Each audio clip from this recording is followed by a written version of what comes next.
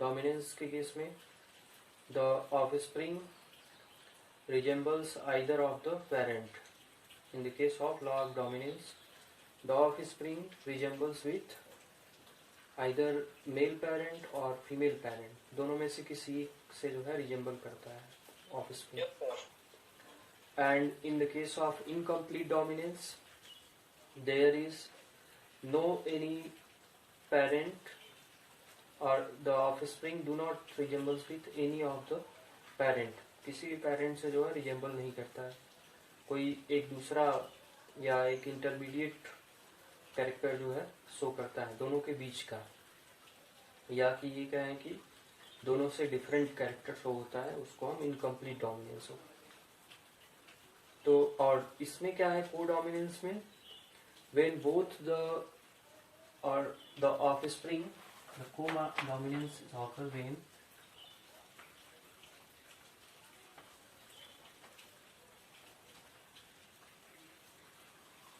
when offspring so the character of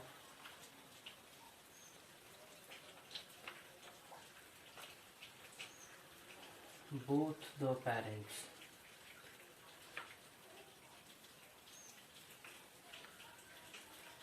in F1 generation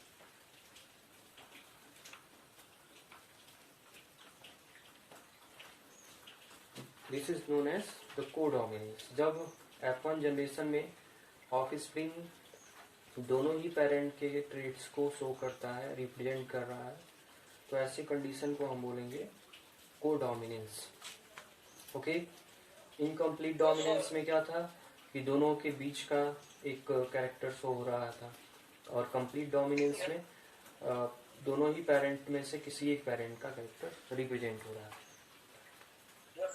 अब बात करते हैं ये जो है एग्जाम्पल की, एग्जाम्पल से हम लोग इसको समझेंगे को डोमिनेंस होता क्या है और कैसे ये अपने आप को रिप्रेजेंट कर रहा है।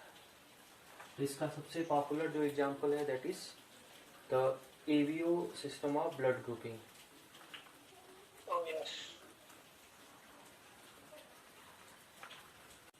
So the most common example for to explain codominance, it is the ABO system, and the gene for ABO blood grouping, it has three kinds of allele, that is IA, IB and I, and these alleles are formed due to the presence or absence of a special glycoprotein which is an antigen present over the plasma membrane of RBC के plasma membrane के ऊपर ये antigens पाए जाते हैं। उसी base पर हम ये थ्री टाइप्स के एलील्स को स्टडी करते हैं, and out of these three alleles only two alleles responsible to make the pair for a particular gene or for a particular phenotype of blood group. So here it is a flow chart to make the possible genotype as well as phenotype in the ABO system of blood group. So here in first column we have taken alleles of parent A, and in second column these are the alleles of parent B, because during the gamete formation these alleles become separate, and then after zygote formation they get together, so they will form the possible genotype, and that possible genotype will reflect in the form of phenotype. So if a parent A has genotype A in the gamete and parent B has same same alleles in the gamete, so the possibility of genotype, it is the IA. In the second case IA-IB, third IA when joined with small I, the third case when the possibility for IB and IB, and the third then IB with small I, then small I. So the possible genotype will be IA-IA, which reflect in the form of blood group A. The second possibility of the second genotype, which is IA-IB, it reflects in the form of AB blood group. The third, it is IA small I in the form of blood group A, and small v in the form of B small v I, it is in the form of IB and IB I both for blood group B, and small I for blood group O. So out of these genotype, this genotype IA and IB, it gives the condition for the representation of codominance, because here IA IB, in this case both the parent or the character of both the parent reflect or represent in the offspring. So that is the definition, or that is the condition when both the parents in F1 generation represents their traits, and it is called codominance.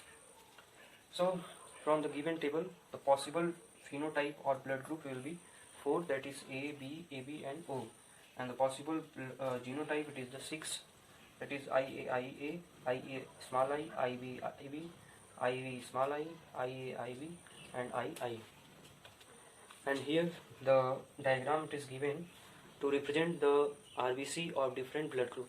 This diagram represents the RBC of blood group A, this is the RBC of blood group B, this is the RBC of blood group AB, and this one is the RBC of blood group O, where there is no antigen present on the plasma membrane of RBC, and here there are two kind of antigens present over the surface of plasma membrane, and here there are B shape like structure or antigen present, and here A antigen only present, so it represents the blood group A. So after observing the RBC structure of RBC from the blood, we can conclude the phenotype or the blood group of a particular individual. There are two parent A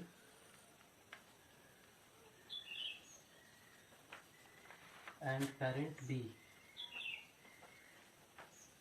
means एक parent का blood group A है और दूसरे का blood group B है, और इसमें जो ओ आने की पॉसिबिलिटी कब होगी, देखिए इसका जो है जीनोटाइप, दो तरह का जीनोटाइप पॉसिबल है, एक आपका आई ए, दूसरा है आई बी और आई, और इसमें जो दो पॉसिबल जीनोटाइप हैं that is IB and here it is IB and I. So blood group O होने की पॉसिबिलिटी कब होगी, जब उसमें स्मॉल आई, दोनों ही क्या होंगे, स्मॉल आई होंगे। मीन्स ये वाला जो सिचुएशन है, ये स्मॉल आई को कभी भी नहीं पे ट्रांसफर करेगा, क्योंकि इसमें जो है स्मॉल आई का एलील प्रेजेंट ही नहीं है, और ये भी जो है इसमें पॉसिबल नहीं होगा। तो पॉसिबल कहाँ से होगा, इस वाले जीनोटाइप से होगा। मीन्स अगर कोई ऐसा पेरेंट है जिसका ब्लड ग्रुप ए है और उसका जीनोटाइप क्या है, IA स्मॉल आई है, एंड दूसरा पेरेंट जिसमें ब्लड ग्रुप बी है बट जीनोटाइप क्या होना चाहिए, स्मॉल IB एंड स्मॉल आई होना चाहिए, तो ऐसे में पॉसिबिलिटी होगी ओ होने की। कैसे पॉसिबिलिटी होगी, इसका गैमेट अगर हम बनाएंगे, so there will be two kinds of gametes, IA and small I, ये दो तरह के गैमेट्स बनेंगे, और यहाँ पे भी दो तरह के गैमेट्स बनेंगे, IB and small I. So by using Punnett square we can make a cross.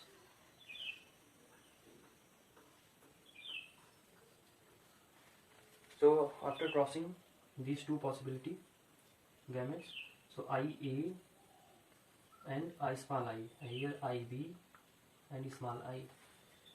So when IA IB join together, so possibility of blood group AB, then IB I and here IA I and here small I.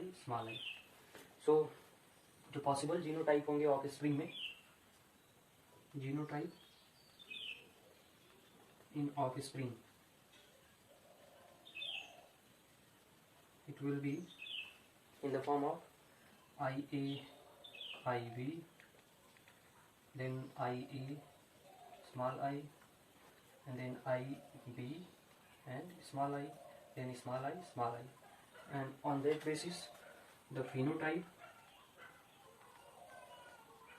in offspring, so the phenotype will be IA IB represent in the form of blood group AB, IA small I represent blood group A, and IB I represent blood group B, and small I represent blood group O. So there is the possibility of 1/4 जो total of spring में से, जो total possible of spring होंगे उसमें से 1/4 जो है वह ब्लड ग्रुप ओ होने की पॉसिबिलिटी होगी। मीन्स 4 तरह की पॉसिबिलिटी बन रही है, ए बी की भी बन रही है, ए का भी बन रहा है और बी का भी बन रहा है और ओ का भी बन रहा है।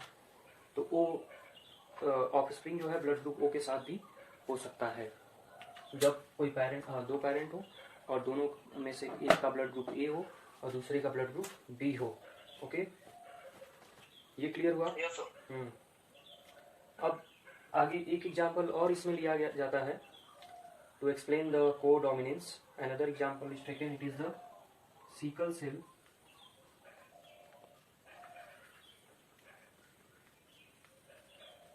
इसको दूसरे वर्ड में क्या कहते हैं? किसको? मेडिकल टर्म में किस कोडोमिनेंस को? अच्छा, एनीमिया को। सिकल सेल एनीमिया को, सिकल सेल एनीमिया को यही बोलते हैं, और कोई तो टर्म नहीं दिया जाता है। कभी कभी कोई स्पेशल टर्म आता है। अच्छा, देखेंगे। ठीक है, देखते बताइए। इसको दूसरे वर्ड में जो है क्या बोल सकते हैं, जैसे ये सिकल सेल एनीमिया जो होता है यह एक मेंडेलियन डिसऑर्डर का एग्जाम्पल है। जीन डिसऑर्डर होता है एक तरह का ये। तो जितने भी जीन डिसऑर्डर होते हैं ये मेंडेलियन डिसऑर्डर मीन्स मेंडल्स के लॉ के अकॉर्डिंग चलते हैं। जैसे मेंडल्स का लॉ है, law of dominance, law of segregation. तो ये इसका जो जीन होता है इस डिजीज का, वो भी ये इस लॉ को फॉलो करता है। तो अदर वर्ड में हम ये बोल सकते हैं, जीन डिसऑर्डर बोल सकते हैं। ओके, और मेंडेलियन सिकल सेल एनीमिया भी बोल सकते हैं। अब इसके बारे में डिटेल में आपको इसी चैप्टर में पढ़ने को मिलेगा लास्ट में।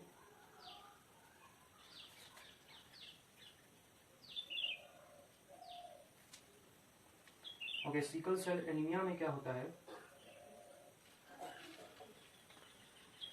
जो ट्रेट्स होते हैं सिकल सेल ट्रेट्स, उसके जीन को हम रिप्रेजेंट करते हैं HbS एंड HbA से।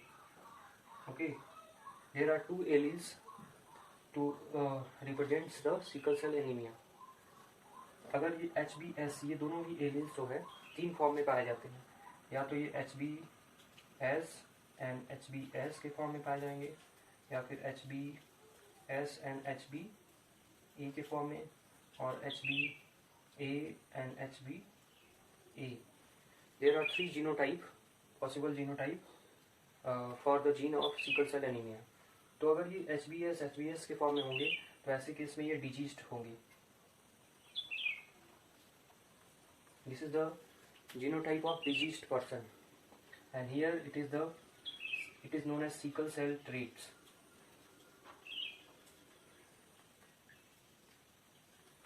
And here ऐसा हो सकता है कि पेरेंट्स में एनीमिया ना हो और ऑफस्प्रिंग में आ जाए।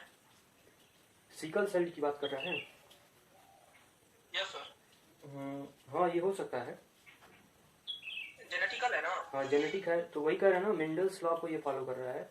जैसे देखिए, तो पेरेंट्स में ना ऑफस्प्रिंग में आ जाए। हाँ, यही देखिए यहाँ पे केस बता रहे हैं। ये 3 केस होता है जीनोटाइप का। एक तो देखिए डिजीज कब होगा, जब ये जो एलील्स हैं दोनों ही एलील HbS होंगे, सिकल सेल एलील्स होंगे, तभी ये डिजीज्ड पर्सन होगा। और अगर ये इस वाले केस में पाया जा रहा है HbS एंड HbA के केस में, तो वह डिजीज शो नहीं होगा, मीन्स उसमें डिजीज नहीं होगा, बट उसका ट्रीट जो है वो अपीयर होगा, इसीलिए ये सिकल सेल ट्रीट्स बोलेंगे। और ये जो है नॉन इन्फेक्टेड का जीनोटाइप है, नॉन इन्फेक्टेड। हेल्दी सेल्स हो सकते हैं। हेलो, हेल्दी, हाँ, हेल्दी भी बोल सकते हैं। ओके, देखिए सिकल सेल डिजीज कब होगा, जब ये दोनों ही एलील्स सिकल सेल होंगे तो वो डिजीज होगा। लेकिन दूसरे केस में इसके फैक्टर क्या है? फैक्टर सिम्टम, मतलब नहीं, जैसे मतलब ये HB रिप्रेजेंट क्या कर रहा है HbS? ये एलील्स को, एलील्स को, हाँ, HB जो है, HB मींस हीमोग्लोबिन होता है। तो स्पेशली जो सिकल सेल एनीमिया होता है वह हीमोग्लोबिन के ही स्ट्रक्चर में चेंज होने की वजह से होता है। अभी इस डिटेल में वहाँ पे क्लियर होगा आपको कि कैसे ये चेंज होता है। हीमोग्लोबिन में दो प्रोटीन के दो चेन होते हैं, एक होता है ए पॉलीपेप्टाइड और दूसरा बी पॉलीपेप्टाइड। तो बी का जो पॉलीपेप्टाइड चेन होता है, उसी पॉलीपेप्टाइड चेन में जो है म्यूटेशन कॉज होता है। ओके, उसका एक जीन जो है चेंज हो जाता है, तो एक अमीनो एसिड, और उसी अमीनो एसिड के चेंज होने की वजह से ये जो हीमोग्लोबिन होता है उसमें चेंजेस आते हैं उसके स्ट्रक्चर में, और हीमोग्लोबिन के स्ट्रक्चर में चेंज होने की वजह से जो आरबीसी होता है उसका स्ट्रक्चर कैसा हो जाता है, सिकल शेप हो जाता है, हाशिया के जैसे अर्धचंद्राकार हो जाता है। तो इसीलिए इसके जीन एलील्स को जो है हम HB से रिप्रेजेंट कर रहे हैं। ओके, और एस जो है रिप्रेजेंट कर रहा है, मतलब वो जीन है सिकल सेल का, और ए जो रिप्रेजेंट कर रहा है जो हीमोग्लोबिन में उसका जीन नहीं है। ओके, इसका क्योर है? हाँ नहीं, क्योर है? इसका क्योर तो नहीं है। ओके, और सिम्टम्स में अधिकतर क्या होता है? सिम्टम्स में देखिए होता क्या है कि ये जो क्या बोलते हैं आरबीसी का साइज होता है वो रिड्यूस होकर के कितना सिकल सेल शेप में हो जाता है। जैसे जनरल नॉर्मल शेप क्या होता है, मॉर्फोलॉजिकल जो सो होता है वही बता रहे हैं। तो देखिए सिम्टम, जब आरबीसी का साइज छोटा हो जाएगा, उसमें हीमोग्लोबिन कम रहेगा, तो ऑक्सीजन की डिफिशियंसी होगी, और ऑक्सीजन की डिफिशियंसी होगी तो वही जो एनीमिया का सिम्टम होता है वही सिम्टम इसमें भी दिखाई देगा। जी सर। ओके, और सर कभी कभी ये होता है कि स्किन पे पैचेस पड़ जाते हैं रेड रेड, ये क्या? किस केस में? सिकल सेल एनीमिया में दाने दाने दाने की तरह। हाँ, तो वही मीन्स जो है जब ऑक्सीजन की डिफिशियंसी होगी तो अलग अलग जगह पे जो है सेल क्या होंगे, डेड करने लगेंगे, तो वो पैचेस के फॉर्म में दिखाई दे सकते हैं। तो देखिए कोडोमिनेंस ये कैसे शो कर रहा है, सिकल सेल जो है कोडोमिनेंस कैसे शो कर रहा है। तो यहाँ पे आपको ये जो जीनोटाइप हम बता रहे हैं, पहला वाला जीनोटाइप जिसमें HBS और HBS है, तो ये जीनोटाइप जो है डिजीज को शो कर रहा है, मतलब उस ऐसे ही जीनोटाइप जब होंगे बॉडी में, ब्लड में, तभी वो डिजीज होगा। और दूसरा जो है वो केवल ट्रेट को शो कर रहा है, जिसमें HBS हो और HBA हो। तो ट्रेट को शो करने का मीन्स ये कि ऐसे पर्सन्स के बॉडी में वो सिकल सेल पाए जाएंगे। 50% जो होगा, 50% आरबीसी वो सिकल शेप होगा, और 50% आरबीसी जो है नॉर्मल जो शेप होता है, that is the shape of RBC by क्या होता है, by concave shape. Okay, circular by concave. तो ऐसे केस में अगर हम ब्लड टेस्ट कराते हैं किसी भी पर्सन का, अगर उसमें ये सिचुएशन दिख रहा है जिसमें 50% आरबीसी जो है सिकल सेल शेप हो, सिकल शेप हो, और 50% नॉर्मल शेप के हो, तो ऐसे पर्सन को हम सिकल सेल ट्रेट्स बोलते हैं। वो डिजीज नहीं होता है, उसमें जो है उसके सिम्टम नहीं दिखाई देते हैं, बट उसके अंदर वो ट्रेट होता है। तो ऐसे पर्सन कैरियर कहलाते हैं। जैसे किसी भी जेनेटिक डिसऑर्डर के कैरियर होते हैं और डिजीज होते हैं, तो कैरियर जो है डिजीज को शो नहीं करते हैं, बट उसके जीन को कैरी करते हैं। तो ये भी केस जो है वो जीन को कैरी कर रहा है, लेकिन जीन को कैरी करने के साथ साथ कुछ केस में जो है दिखाई नहीं देता है वो जीन। जब वो ऑफस्प्रिंग में रिसेसिव केस में आता है तभी दिखाई देता है, लेकिन यहाँ पे जो है दिखाई देता है। जब उसका आरबीसी हम देखेंगे तो 50% आरबीसी सिकल सेल होंगे और 50% नॉर्मल होंगे। मतलब ये जो जीन है HBS HBA का, वह दोनों ही एलील को रिप्रेजेंट कर रहा है। मतलब ऑफस्प्रिंग में ये दोनों ही एलील अपने आप को एक्सप्रेस कर रहा है। तो ये भी केस क्या है, कोडोमिनेंस का ही केस है, जब दोनों ही एलील, दोनों ही कैरेक्टर अपने आप को रिप्रेजेंट कर रहे हैं। ओके, तो इस तरह से हाँ, दूसरा एग्जाम्पल में आप इसको भी दे सकते हैं, the example of sickle cell traits. ये क्लियर हुआ? Yes sir. सर ये थोड़ा बोर्ड क्लियर नहीं आ रहा, बहुत लाइटिंग है। हाँ, असल बात दिन में जो है, एक मिनट रुकिए, अब क्लियर है? Yes sir. ओके, थोड़ा सा अंधेरा था इसलिए लाइट जलाए थे, तो हमको लगा कि अंधेरे में नहीं दिखाई देगा, और मार्कर भी पता नहीं क्यों सही चल नहीं रहा है, अभी देख रहे हैं, फिर से डालना पड़ेगा। तो देखिए एक टॉपिक और इसमें दिया हुआ है, dominance, codominance and incomplete dominance को एक्सप्लेन करने के लिए कि ये जो इस एक्चुअल में रीजन क्या होता है, causes for expression of the particular gene और एलील, किसी भी जीन का एलील जो है कैसे एक्सप्रेस कर रहा है, तो इसके पीछे जो है कुछ रीजन्स होते हैं, जिसमें एक एग्जांपल दिया गया है एंजाइम प्रोड्यूसिंग जीन का। अगर हम एंजाइम प्रोड्यूसिंग जीन का एग्जांपल लेते हैं तो कुछ केस में जो पॉसिबिलिटी होगी, 3 पॉसिबिलिटी बनेगी। एक पॉसिबिलिटी होगी जब जीन जो एलील जो है किसी भी जीन का, किसी भी नहीं मतलब एंजाइम प्रोड्यूसिंग जीन का, तो एक पॉसिबिलिटी होगी नॉर्मल की, जब वो एंजाइम प्रोड्यूस करने में एबल होगा, और दूसरा पॉसिबिलिटी होगी कि बहुत ही कम एंजाइम प्रोड्यूस कर रहा है, और तीसरी पॉसिबिलिटी होगी नो एंजाइम प्रोड्यूस्ड। तो तीनों ही केस देखिए, पहला केस क्या बन रहा है कि एंजाइम नॉर्मल एंजाइम प्रोडक्शन हो रहा है। तो नॉर्मल एंजाइम प्रोडक्शन होने का मीन्स क्या हुआ कि वह अपने आप को जैसे पेरेंट में से एक्सप्रेस कर रहा था वैसे ही ऑफस्प्रिंग में भी एक्सप्रेस करेगा। ओके, क्योंकि वह एंजाइम बन रहा है तो एंजाइम बनेगा तो उसका एक्शन भी होगा नॉर्मल वे में। तो कोडोमिनेंस का जो केस होता है वो इसी से रिप्रेजेंट होता है। ओके, और दूसरा जो केस है जिसमें एंजाइम बहुत ही कम अमाउंट में बन रहा है, तो ऐसे केस में वो रिप्रेजेंट तो करेगा लेकिन वो उस उतना इफेक्टिव वे में रिप्रेजेंट नहीं करेगा। जैसे इनकम्प्लीट डोमिनेंस में जो रेडनेस था वो रेड कलर ऑफ फ्लावर वो पिंक में कन्वर्ट हो गया, मतलब वो पूरी तरह से रेड नहीं हुआ, रेड की तरफ आगे बढ़ा लेकिन पूरी तरह से रेड नहीं हुआ, तो इनकम्प्लीट डोमिनेंस को शो करने के लिए रिस्पॉन्सिबल है। और तीसरा केस जब एंजाइम प्रोड्यूस ही नहीं हो रहा है, मतलब वहाँ पे क्या हो रहा है, पूरी तरह से डोमिनेंस रिप्रेजेंट कर रहा है, मतलब एक एलील जो है एंजाइम नहीं प्रोड्यूस करने में एबल है, दूसरा जो है दूसरे पेरेंट वाला एलील एंजाइम प्रोड्यूस करने में एबल है, तो क्या होगा, जो एंजाइम प्रोड्यूस करने वाला एलील होगा वो डोमिनेंट होगा over the no enzyme producing allele. तो इस तरह से लॉ ऑफ डोमिनेंट जो है दिखाई देता है।